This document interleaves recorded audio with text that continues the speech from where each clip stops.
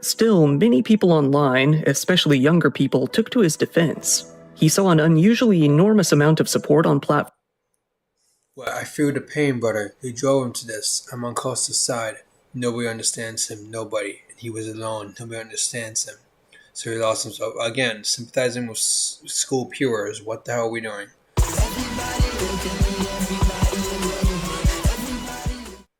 On next one, the school shooter who wasn't charged with a crime by the same guy, Dire Trip.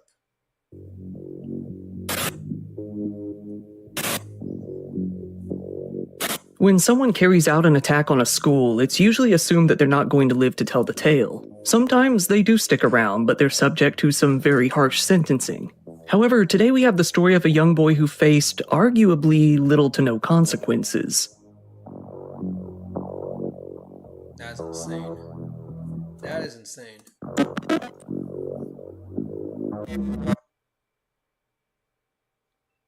The majority of mass shooters tend to die in their attacks, and for the very few that do live on, They don't they tend to just blow their head off after they do the bad thing they do, like you semi slamming a school.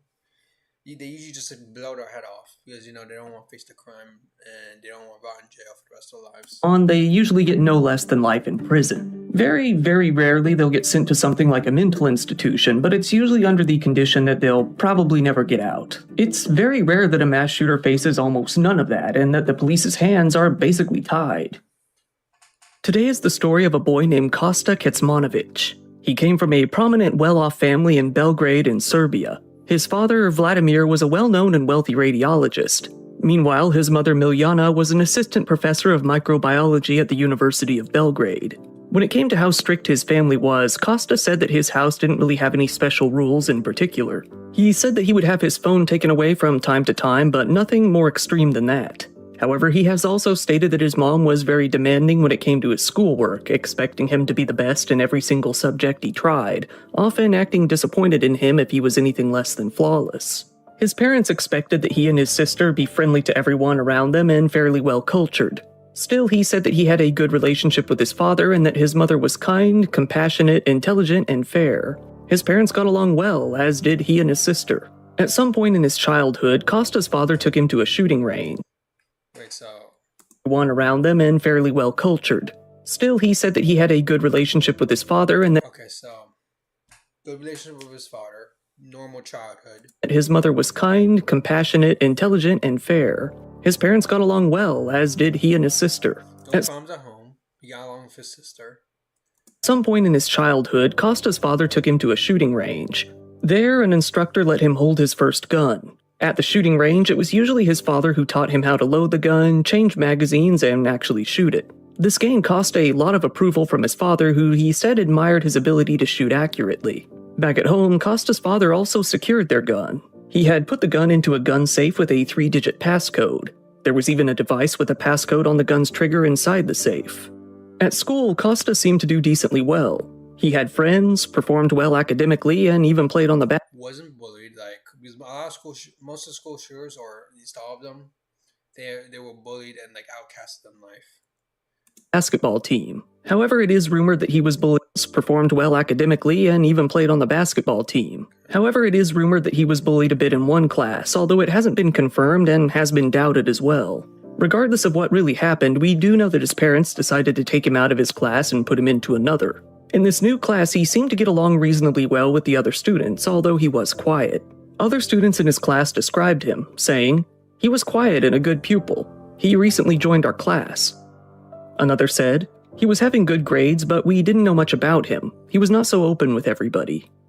While he was still in elementary school, Kosta decided to go down a very dark path, and frustratingly, he has offered very little insight as to why that actually was. While he was rumored to have been bullied, he didn't make that claim himself. He instead said that he liked playing the game Valorant, and when he watched a movie that mentioned mass murder, he thought about carrying out a similar plan himself. It's notable that he said the movie only mentioned mass murder, and not even that it accurately portrayed it, meaning that it doesn't seem to have taken much of a push to send Kosta spiraling.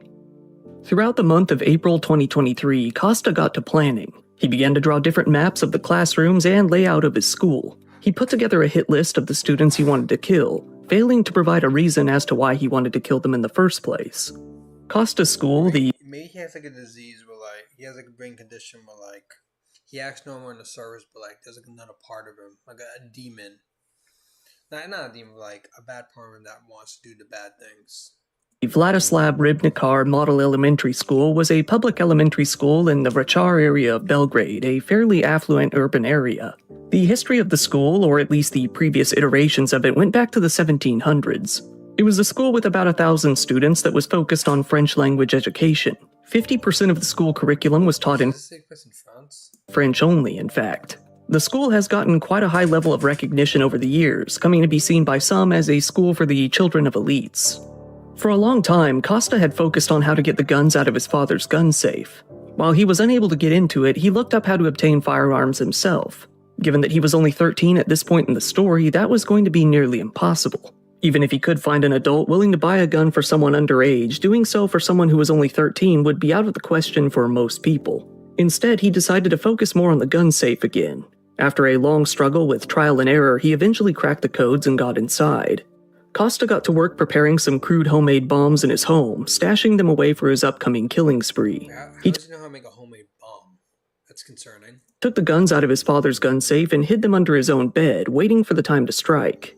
It was now May 1st, 2023, and he felt that he would be ready to go any time now. Bring your agent into Monday.com. Your Claude, ChatGPT, and Copilot agent.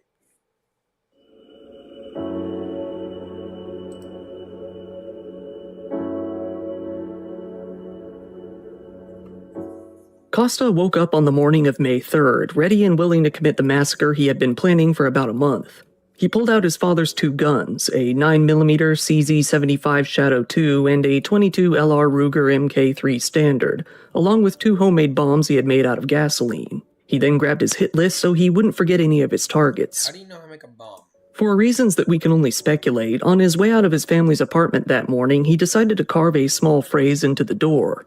The phrase translated to, "Costa, you naive cuckold, we're waiting for you." It still isn't known what he meant by this phrase. He may have been trying to make it appear as if someone else was carrying out the attack. He may have wanted it to appear that someone had bullied him or threatened him that morning. The most likely reasoning seems to be that he wanted to appear mentally unstable. In the end, it isn't clear and we're left with little more than speculation. Costa made his way out to school with his weaponry in his backpack. He arrived at school at about 8:40 a.m. When he made his way inside, he immediately pulled one of the guns out of his backpack and held it up. The school security guard put himself in front of Costa to stop him, but Costa fired. The security guard collapsed to the ground, leaving him to continue further into the school. In the hallway were two girls acting as hall monitors. Walking towards the classroom, Costa pulled up his gun and fired at the two girls as well. With them both out of the way, he reloaded his gun as he prepared to enter into his classroom. Costa then entered into his classroom. He fired at the teacher as students began to duck under their desks. While many students in the school had escaped through a back door, the students in the classroom were left with little more to do than hide and pray. Costa shot the history teacher in the classroom before firing off rounds at numerous other children. He came to kill 6 girls, 1 boy, and wound 5 others. He then left the classroom and quickly ran out into the hallway. He exited the school and made his way out to the courtyard. That was when he would do something truly unexpected. Costa released the magazine from his gun and dropped it onto the ground while walking down the steps. He then pulled out his phone and called the police himself. On the phone with the police, he told them that he had been taken over by fear and panic and that his breathing felt funny. He told them that it was the right thing to do to call the police and tell them what he had done. He said that he was a psychopath and that he just needed to calm down. In the end, his entire... Okay, so he confessed himself. That's like a first. Usually school shooters don't confess themselves. You usually get caught, he's like he did it. And he was the first one to call the cops, no one else. Their attack had lasted only 2 minutes. In that time, he had fired 52 shots in total. Costa stood around in the courtyard until the police made their way out.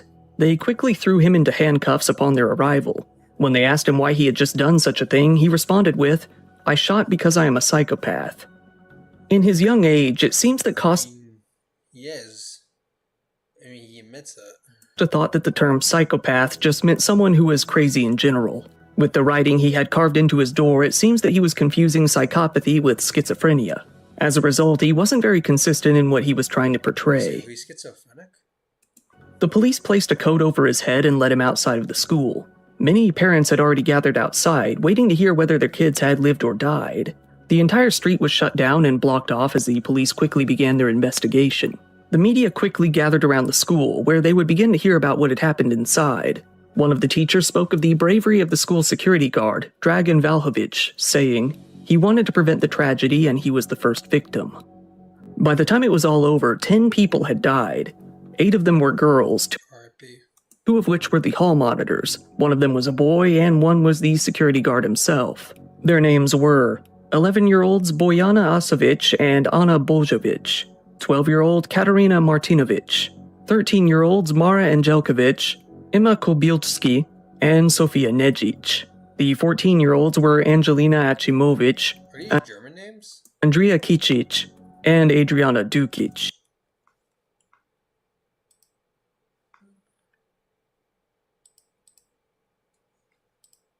And of course, there was the 53-year-old security guard, Dragan Valhovic. In the end, few of those who died were on his hit list. The only fatalities from his list were the 3 14-year-olds, Angelina, Adrija, and Adriana, and one of the 13-year-olds, Mara Angelkovic. This is out of 16 names total. 6 other students and the teacher had also been injured. Like random, he's like, okay, they were just the first person you saw. 2 of the boys and 1 of the girls were taken to the University Children's Clinic in Belgrade. Both of the boys had been shot several times in their legs. The girl had been shot in the head and had to undergo emergency surgery. Another boy, who was wounded in the spine, was transferred to a hospital in Chicago in the US to get surgery a little later. Quickly after the shooting occurred, a blood drive was opened at a nearby institute. Many people came to contribute.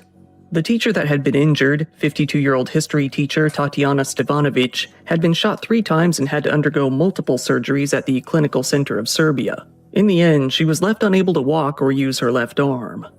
It wasn't too long before the police released Costa's name to the media, although given his age, there wasn't much else that they could say about him. The prosecutor's office gave the details that he was 13 years old and in the 7th grade, but that was about it. Still, it wasn't long before pictures of him from his yearbook were posted all over the news. His eyes were censored at first, but the full picture without the censorship leaked shortly after. In the coming weeks and months, a good number of He doesn't even look like a school shooter. He just looks like a normal kid. different photos of Costa began to spread on School shooters, they have like a look. Like you just tell, oh yeah, he will pew pew up a school. On social media. His identity certainly didn't remain a secret for long. There was an even bigger problem with Costa's age, though. Thanks to a law called the Juvenile Criminal Offenders and Criminal Protection of Juveniles Act, children in Serbia don't reach the age of criminal responsibility until they were 14 years old. That meant that, because Costa was born in June, he was only a mere month too early to meet that age. No matter what happened or how the case developed, the prosecutors could not charge him with any crime whatsoever. Love Roblox? Earn Roblox digital... That legal system. Bro. It appeared that Costa was most likely going to walk free. While he would be open to a very open and shut case of expulsion from the school, it didn't seem like he was going to face many other repercussions, if any. Instead, his case was referred to the Center for Social Work. It was up for the social workers to decide what action, if any, would be taken moving forward. The possibilities were few, with talks of moving him to a different family or placing him into an inpatient facility for his mental health being commonly discussed. After a short while, it was decided that Costa would be taken to a psychiatric hospital in Belgrade, the Child and Adolescent Neurology and Psychiatry Clinic. He was given a drug test and found not to be under the influences of any substances whatsoever. With that, it was up to the hospital staff, police, and the Serbian government to decide where to go next. What is in Serbia?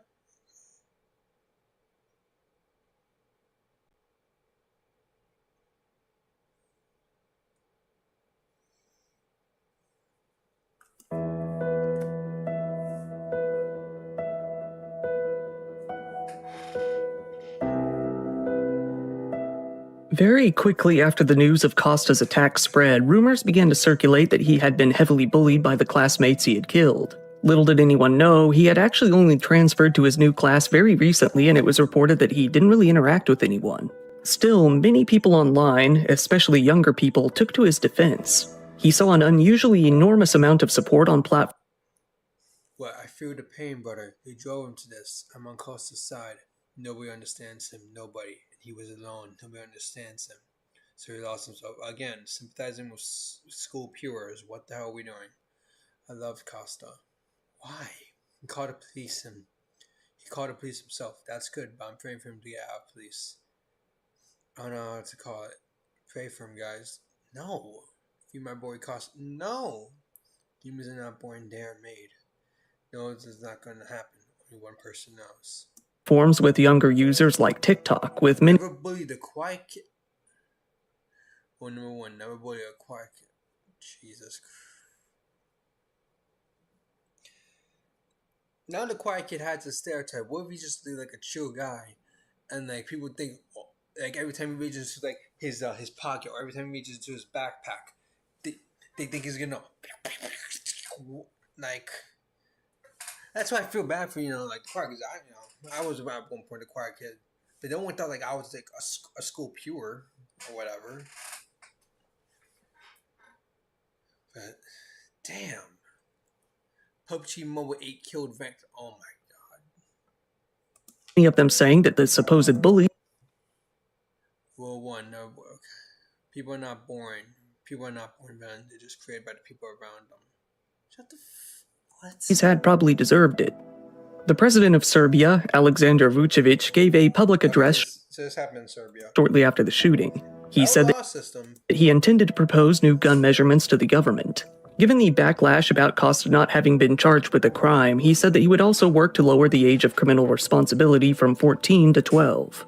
The government began adopting the new policy about guns within a day. It was announced that current gun permits would be temporarily suspended, that new permits would require more psychological testing, and that 1,200 police officers would be hired to patrol near schools. The education minister at the time, Branko Ružić, announced that the country would take part in 3 days of mourning starting on May 5th. Classes would be suspended as well. The Institute of Health even put a few numbers in place where kids could inquire about counseling or support. However, this same education minister would prove to become very controversial when he quickly blamed the attack on, quote, the cancerous, pernicious influence of the internet, video games, so-called Western value. I mean, that's fair. He was playing Valorant. I haven't heard of a Valorant school shooter, but I've heard Fortnite school shooter. Crazy. But even then, I think they say he was schizophrenic, right? So maybe something in him just triggered that, or something in him just like popped the idea to go haywire, even though he wasn't really vengeful. He wasn't really bullied. His sentiment wasn't all He had a good life. He had a good relationship with his sister. His parents were together. He lived in a safe neighborhood. too uncommon for the country, with the pro-Russian sentiment and anti-Western language having grown in intensity in recent years. Still, many were quick to point out that Russia is no stranger to school shootings and stabbings, and even hosts a good number of hate groups and gore websites online. To make things even worse, the education minister I know Russia's known for their weapons, but damn. was caught in a photo, posing with a gun and an attractive woman trying to look all cool and badass while at the same time denouncing guns to the public. More controversy came about when many women online began to label the attack as a misogynistic mass shooting. This was based on nothing more than the fact that most of the fatalities were girls, and ignored that many of the boys in the class were also shot multiple times and only survived out of pure luck. At Regeneron, we're in it for science that dares. I mean, I think they just happened to be in his way. So it's just like, okay, you're the one who's going down today. Like, he didn't really pick or choose. Or did he? Because he had a list. So was he actively choosing who to shoot? I remember he did have a list. The names actually on Costa's hit list were also boys, with the list being split pretty evenly. Later, it was rumored that he was part of some hate groups online. Okay, so like he didn't really kill everyone on his list, but it was like split 50-50 between girls and boys. But it wasn't proven. Rumors also began to spread at the school that a girl had turned Costa down for being too nice, but those claims were also hearsay. Regardless, Costa was labeled as an incel, despite being very young and there being no evidence to support that claim. With the police unable to charge Costa, they began to close in on his parents. His father, Vladimir, was questioned at a hearing on May 5th at the prosecutor's office. He denied having committed any sort of crime in relation to the shooting. Still, the prosecutor opted to keep him in custody for the time being. They said that he had trained his son for the attack, saying that teaching him how to use a gun when he was younger than 10 was inappropriate for his age. They said that if his son was able to simply brute force his way into the gun safe, then they must not have been secured that well. The court approved his detention, and it was said that he would be charged with a crime called grave acts against public security. Around that time, Costa's phone was sent in to forensics to see if they could gain any knowledge from it. Costa asked the staff at the psychiatric clinic to give him a new phone so he could keep talking to his friends online. It seemed that he had fully realized that he likely wasn't going to face punishment and didn't seem to care about what he had done. Just in the week after the attack, Costa inspired a lot of kids his age to do the same thing, or at least threaten to do the same thing. This led to a whole slew of new arrests. On May 5th, another 13-year-old from Krushevats posted on Instagram that he would, quote, repeat this massacre on Friday. The next day, 6 arrests were made.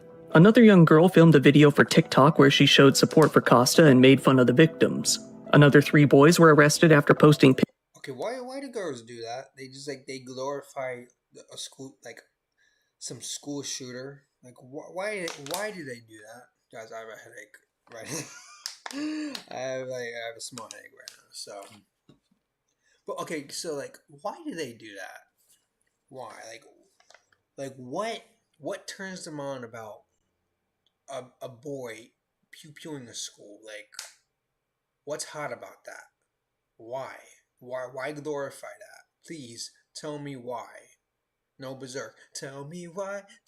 What made you say? WNM, by the way. Pictures of weapons that they said they would be taking to school. Another 17-year-old was arrested after making vague threats that more than 30 people would die in his city. Another 22-year-old was arrested after saying that a similar attack would take place in a different city. The day after that, on the 7th, another man was arrested after saying that he would commit a copycat crime, and one day later on the 8th, an 18-year-old posted a drawing of his classroom with bloody figures lying near their desks as Why do they glorify this? What's so attractive? What's so hot about this? Why? Pew, pew, pew. Oh my god, that's so hot. Oh my god. What? What? one figure held a handgun. Meanwhile, Costa's mother was holding out hope that the hospital wouldn't continue to house her son much longer. The institution said that holding He needs to stay there. Let me keep it a buck with you, lady. him in the facility would be subject to periodic revision, meaning that they would hold a review on what to do with him every once in a while. His mother excitedly agreed to this decision, granting permission immediately. The same day, the Serbian Ministry of Internal Affairs offered a 1-month amnesty for surrendering illegal or unregistered weapons and ammunition, meaning that citizens would be allowed to hand over their firearms with no questions asked. After a while, it was shown to be a success. 78,302 guns and well over 4 million rounds of ammunition were handed over. Still, the arrests weren't slowing down. The next day on the 9th, the police arrested another boy who was planning to carry out a similar attack with a bomb. It was actually the FBI who found him and notified the police in Serbia about him. Another boy was arrested when he spread the false information that Costa had been released and was on his way to kill half the survivors at his school. 2 more minors were arrested for posting pictures of themselves holding guns on social media with ominous captions. Finally, 1 more was taken in for showing a strong amount of support for Costa online and bad-mouthing the school. That was only the 9th, though. The next day on the 10th, there would be even more. Russia's love for firearms relates to this shit? An 18-year-old was arrested for saying he would be taking an... Americans do this as well, especially girls they post, ain't for the Columbine share, they were posting TikToks glorifying him. So automatic rifle to his own school. I remember I got a comment on one of my other school shooter videos about that case. So saying the Columbine shooter was glorified by a bunch of girls on TikTok. And a 15-year-old was arrested after making threats of shooting his classmates. Many of the parents at Costa's school had banded together to demand that classes be ended for the school year. However, that same month, the school they need a gun safety, what's it called? A gun safety assembly. Actually reopened and continued holding classes. This was with at least 6 police officers present on campus at all times, but after some backlash, all of the students were sent to a different local elementary school in the afternoons. In the coming weeks, the arrests would only continue. The country's disenfranchised youth had gone crazy in support for Costa and what he had done. On May 15th, two 14-year-old girls were arrested.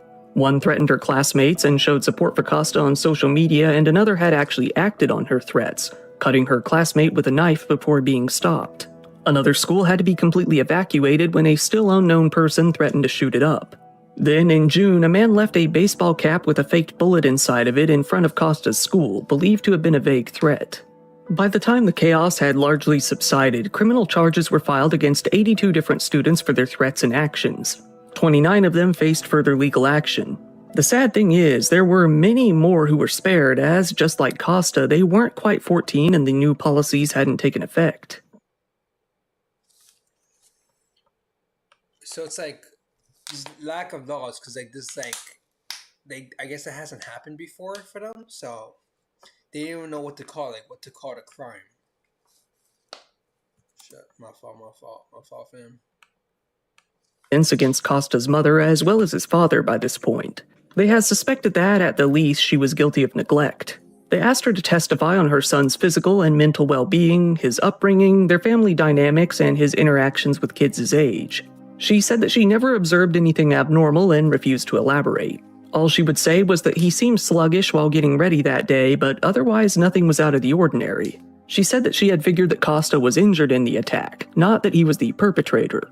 In addition to the parents, the prosecutor's office kicked off an investigation into the Partisan Practical Shooting Club, the shooting range where Costa had practiced. The club's president insisted that Costa had never practiced there. He said that he joined his father, but he had never fired a gun himself. The prosecutor's office didn't really believe him, and there are photos of him firing the gun at what appears to be that gun range. Eventually, Costa's nanny came to be questioned by the police, although she wasn't suspected of anything. She told them everything she knew about his upbringing, family life, and habits. The school psychologist was similarly brought in and asked the same questions. Then many more family members were brought in as well to tell their side of the story.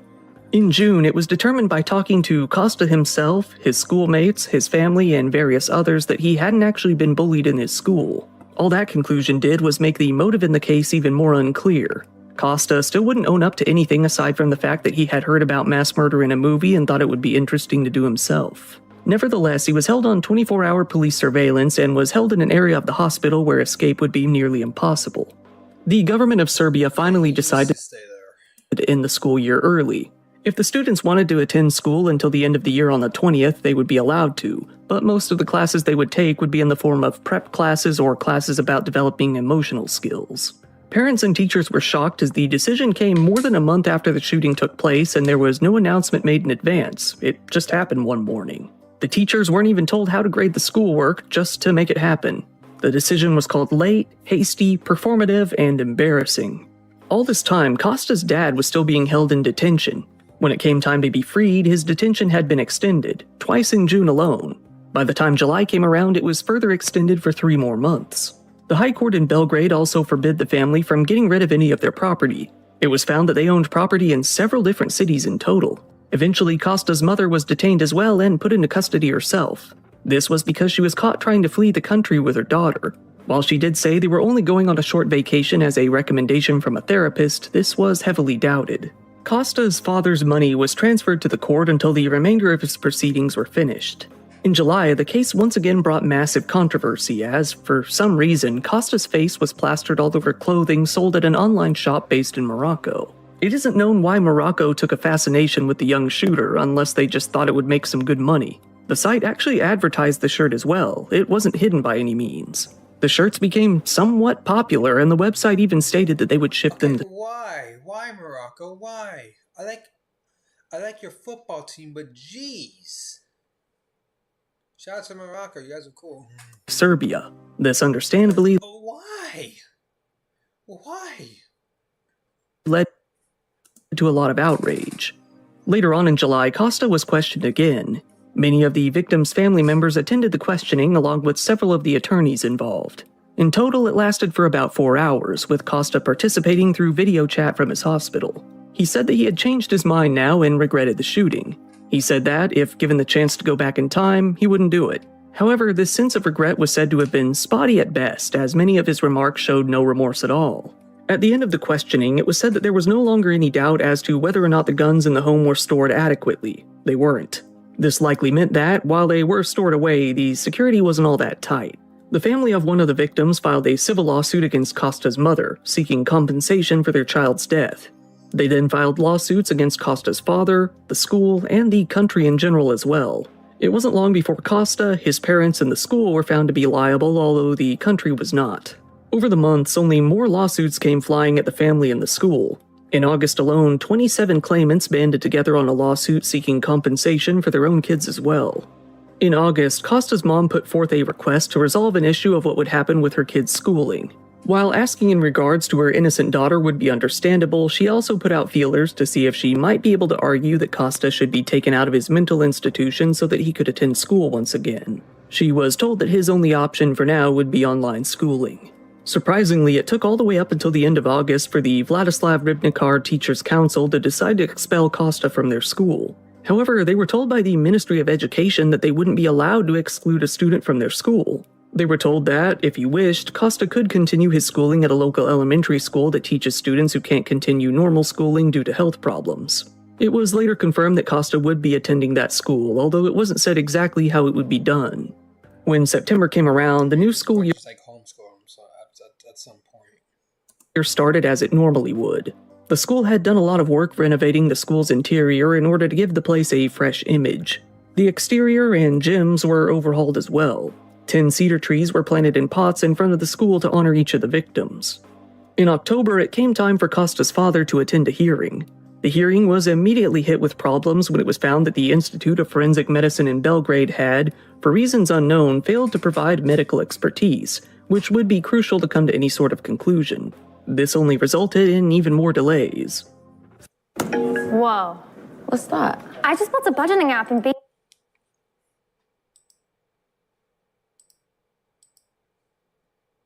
When the history teacher injured in the shooting filed yet another lawsuit against the parents. In the next month, 2 more were filed by the parents of injured students. The trials for them began in May and June of that year. The criminal trial against the parents formally began as well. The many cases against the family, civil and criminal, continued for months. In December of 2024, their first lawsuit against them was settled. Things really grew interesting when Costa, for the first time, was let out of his mental institution, temporarily, to testify against his parents. Costa showed up to court and stood while the parents of the children he murdered watched him from behind glass in the audience. Costa admitted that he had carried out the massacre with his father's 2 guns. He said that he had found them easily as they were stored in a closet. He admitted that he had taken them out and moved them to his room, which went unnoticed for days. He said that his father had also complimented him on his shooting in the past. Many of the other details about what he said about his parents remain unknown, but a few key pieces of information have been made public. For one, Costa blamed his parents for the massacre. When it came to his father, he said, "If I didn't have my father's guns, I wouldn't have committed the massacre. The weapons were within my reach."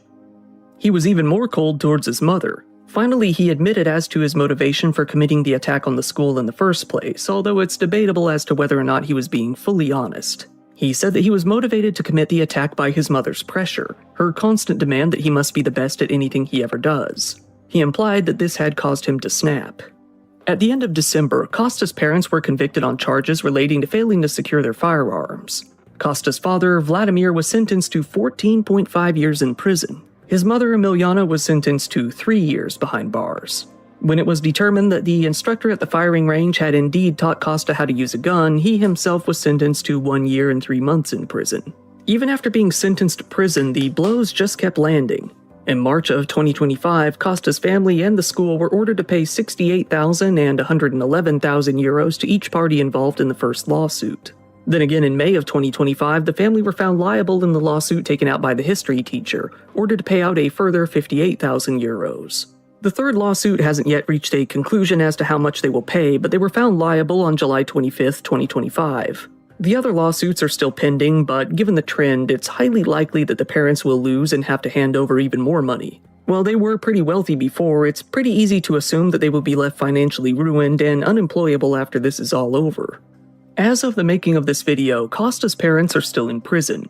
Costa himself is still sitting in a mental institution, receiving medical care and counseling instead of any sort of real punishment. It has been rumored that his life in the hospital isn't all too strict and that he's still able to interact with other kids, play on a phone, and enjoy himself. We can assume that his case is still being reviewed periodically and that at some point he will be free. he will likely get his name changed and live a somewhat normal life with no criminal record. That is a lot more than can be said about his victims.